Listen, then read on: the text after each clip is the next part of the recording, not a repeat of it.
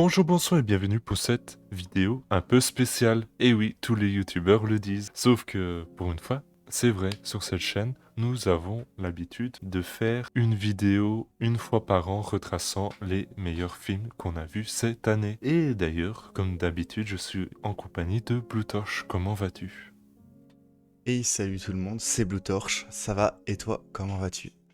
Eh bien, ça va plutôt bien. Et donc, commençons sans plus tarder par le premier, enfin le cinquième film de notre top 5 des films qu'on a préférés. Et c'est toi qui ouvre le bal. Et pour mon cinquième film préféré de l'année, je vais vous parler brièvement de Buzz l'éclair. Buzz l'éclair, donc c'est un film Pixar qui raconte la vraie histoire de Buzz l'éclair de Toy Story, donc l'histoire où il était ranger de l'espace et où il aura à combattre le général Zurg, le terrible Zurg.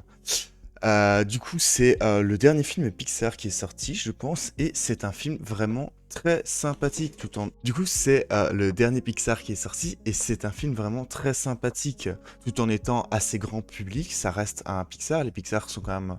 visent quand même assez fort les enfants de manière générale, mais derrière, raconte quand même un fond d'histoire un peu plus adulte, qui sera peut-être pas forcément capté par les enfants, mais qui peuvent être captés par les adultes, et qui est assez intéressant.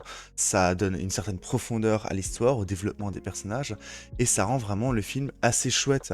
Il a de plus un rythme très soutenu tout en étant pas très long, hein. C'est d'ailleurs, je crois, le film le plus court dont je vais parler de cette liste-ci, parce que c'est un film qui dure moins de 2 heures, ce qui est très rare hein, à l'heure actuelle. Hein. Et ce qui fait qu'on passe vraiment un assez bon moment, assez rapide à le voir, et c'est très sympathique de juste se poser. Tu te poses pendant 1h30, tu regardes ton petit film à ton aise. Le reste du film, dans son ensemble, est assez simple, parce que voilà, il doit rester abordable pour les enfants de manière générale, mais le film reste quand même très intéressant et très touchant, et se permet même un petit climax final. Je vais pas en dire trop pour ceux qui n'ont pas encore vu le film. Et toi, Divan, quel est ton numéro 5? Mon cinquième film est It's. It's, je vous en avais parlé dans le rendez-vous ciné numéro 52, si vous voulez un avis plus long. Mais le film, il raconte comment une petite équipe de tournage de films pour adultes se retrouve dans une campagne du Texas avec des gens un peu bizarres qui ont envie de mettre un peu de viande sur les murs. Et franchement, c'était un pur plaisir. C'est un film déjanté qui, sous l'esthétique 70s, arrive à comprendre, restituer et adapter les références du cinéma qu'on aime, le cinéma qui tâche, à l'écran et au goût du jour, et ça fait plaisir. On a des scènes de violence à la fois spectaculaires et intimistes, créant par souvent une angoisse palpable.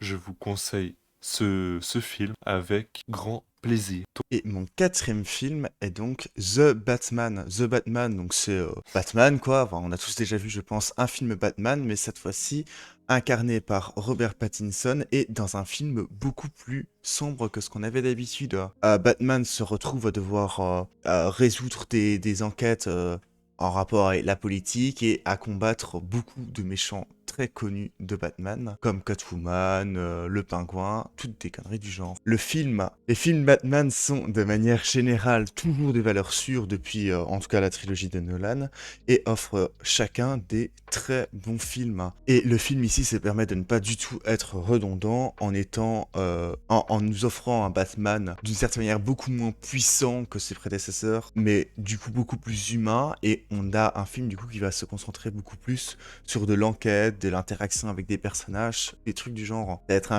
un Batman au final un peu plus psychologique que ses prédécesseurs, même si certains, bon, plus les Nolan que le Batman de Snyder, étaient quand même aussi psychologiques, en partie. Pas trop non plus, évidemment. Et évidemment, ça garde la touche d'action et les intrigues assez intéressantes qu'on attend d'un film Batman. Le film est vraiment très chouette à regarder, un peu long et un peu sombre, mais on s'y fait assez vite. Et honnêtement, c'était vraiment un très chouette film de cette année. Je vais vous parler de La vraie famille. La vraie famille est un film français sur une famille d'accueil qui va subir le fait qu'un enfant les parte de chez eux. Et c'est vraiment le terme subir qui est le plus important dans ma phrase, puisqu'on sent une vraie sincérité tout au long du film avec des émotions palpables et sincères, pourtant toujours accompagnées de bienveillance. Et c'est vraiment toute cette nuance-là qui est travaillée dans le film, avec évidemment les conflits entre les parents d'accueil et le parent biologique, évidemment, mais au final, c'est un film particulier, c'est un film où les performances d'acteurs et la finesse d'écriture d'une histoire, mine de rien, non, je dirais pas vu et revu, puisque c'est pas souvent abordé comme thème, la famille d'accueil dans le cinéma français, mais c'est un thème qu'on pourrait s'attendre à être les déchirures familiales. Pourtant, le film arrive à apporter une vraie finesse d'écriture, une vraie originalité et créer de vrais moments touchants. Je n'ai rien d'autre à dire. C'est une belle découverte à voir et à revoir. Et mon troisième film est un film tout récent, Avatar, la voix de l'eau. Du coup, la suite du premier film Avatar, il raconte l'histoire de la famille Sully, hein, qui du coup maintenant a des enfants, et qui vont devoir aller dans le peuple de l'eau. Voilà, synopsis très court, mais le film est assez récent, donc je préfère ne pas trop en dire. C'est d'ailleurs un film dont on a parlé récemment sur la chaîne, hein, dans notre dernière ou notre avant-dernière vidéo, un truc du genre, donc je vous invite à la voir pour ma critique plus complète dessus, ce serait plus simple que de réellement en reparler ici. Mais globalement, c'est un film avec vraiment beaucoup de choses intéressantes. Et d'ailleurs, un film que beaucoup de monde a apprécié, en tout cas vu la quantité de personnes qu'il y avait au cinéma. Je vous invite à le voir d'ailleurs si c'est pas encore le cas. Le film est vraiment très sympa et garde l'ambiance un peu découverte d'un nouveau monde que nous offrait le premier film, tout en gardant une touche d'action qui permet de bien nous tenir en haleine. Le seul défaut du film, je dirais, enfin, il y a plus ou moins deux défauts au film, plutôt, je dirais, c'est sa longueur. Le film est quand même assez long, 3 heures, même si on s'y habitue à force, hein, les films font tous 3 heures maintenant. Et c'est méchant, mais ces méchants restent quand même très bons, même si je les considère quand même légèrement comme un défaut. Donc c'est pour dire, à partir du moment où un défaut, je le considère très bon, c'est que le film est déjà assez bon, vraiment.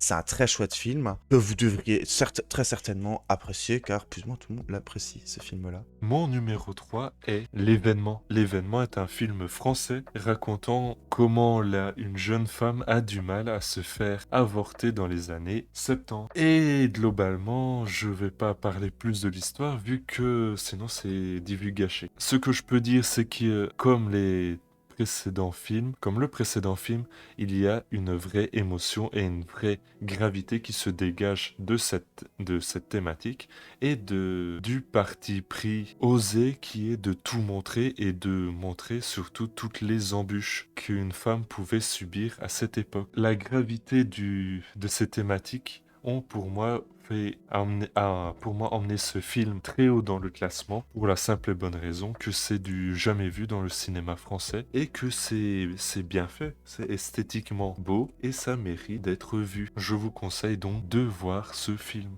Black Panther, Wakanda Forever, un film Marvel. Ah, moi qui suis un grand fan des films Marvel, c'était pas étonnant d'en retrouver un dans la liste. Et pour le coup, c'est le seul de la liste, alors qu'il y en a eu plusieurs qui sont sortis cette année. Le Black Panther 2, du coup, raconte globalement l'histoire de la nouvelle Black Panther après la mort de l'ancien Black Panther, T'Challa, et qui, du coup, va devoir plus ou moins endosser le costume, même si ce n'est pas vraiment le cas pendant une grosse partie du film. Et essayer d'assumer les responsabilités du nouveau Black Panther. Le film est vraiment très sympathique avec une histoire très intéressante, notamment sur l'évolution du personnage de la nouvelle Black Panther. On se retrouve également face à un méchant qui permet vraiment de se questionner sur le combat du protagoniste. T'as pas spécialement l'impression que le méchant est un méchant, et pour le coup, il ne l'est pas vraiment, mais ça l'empêche pas pour autant d'être contre la protagoniste et de provoquer les combats entre eux. Le film, on pourrait lui reprocher de ne pas traiter assez du deuil, vu que ça reste quand même, typiquement dès la scène d'introduction, une thématique, on peut se dire, qui devrait être abordée.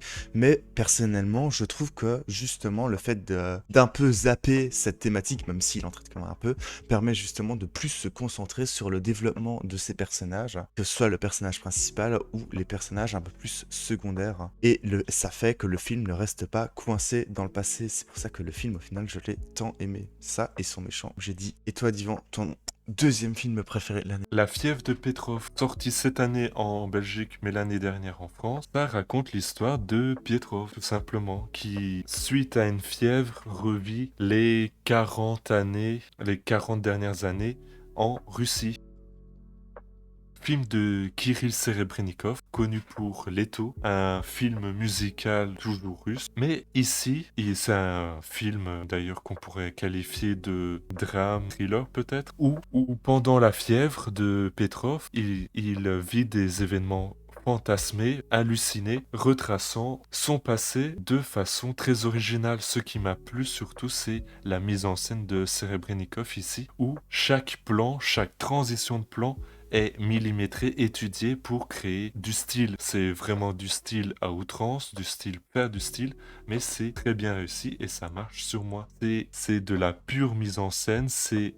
Je vais vous décrire un plan. Le personnage marche vers la caméra sur de la neige. La caméra monte, on voit ses traces de pas et ça se transforme en maquette. C'est sans arrêt des idées comme ça pendant plus de 2 heures de film. Et c'est génial. On est éreinté à la fin du visionnage, mais c'est franchement à voir. Je vous conseille absolument ce film. Il est difficile de vous en dire plus tant c'est un joyeux capharnaüm. Et d'ailleurs, je trouve que la bande-annonce le vend plutôt bien. On ne sait pas de quoi ça parle et ça, c'est fantastique. Quel est ton film que tu as préféré cette année? Eh bien, mon film préféré cette année, c'est certainement le film le moins connu de ma liste d'ailleurs. Même si je trouve que c'est pas non plus le film le moins. Ah, c'est Everything Everywhere All at Once. Ah, un nom des plus faciles quand on n'aime pas parler. Everything Everywhere All at Once raconte donc un film avec une femme qui est un peu à bout dans sa vie, hein, concrètement. C'est pas hyper joyeux, elle se fait un peu chier et tout. Et puis elle se retrouve un peu plongée dans un multivers totalement absurde et délirant où elle doit un peu combattre une force maléfique. Enfin, c'est assez compliqué de donner vraiment un synopsis à ce film parce que c'est un film qui part vraiment dans tous les sens, qui est très absurde là. Et en fait, c'est justement pour ça que le film est excellent. On se demande vraiment quand on le regarde, par moment, on se dit, est-ce que le film tient vraiment du génie ou c'est juste du random, de la stupidité du réalisateur qui a tout mis là un peu n'importe comment. Mais vraiment, en fait, ça marche super bien tellement le film part dans tous les sens et qu'il est très bien monté. Le film se permet également plein de diversité et plein de prouesses dans la réalisation notamment, ce qui permettra de réunir pas mal de gens qui sont fans de ce truc-là. Je ne suis pas spécialement un grand fan de réalisation de manière générale.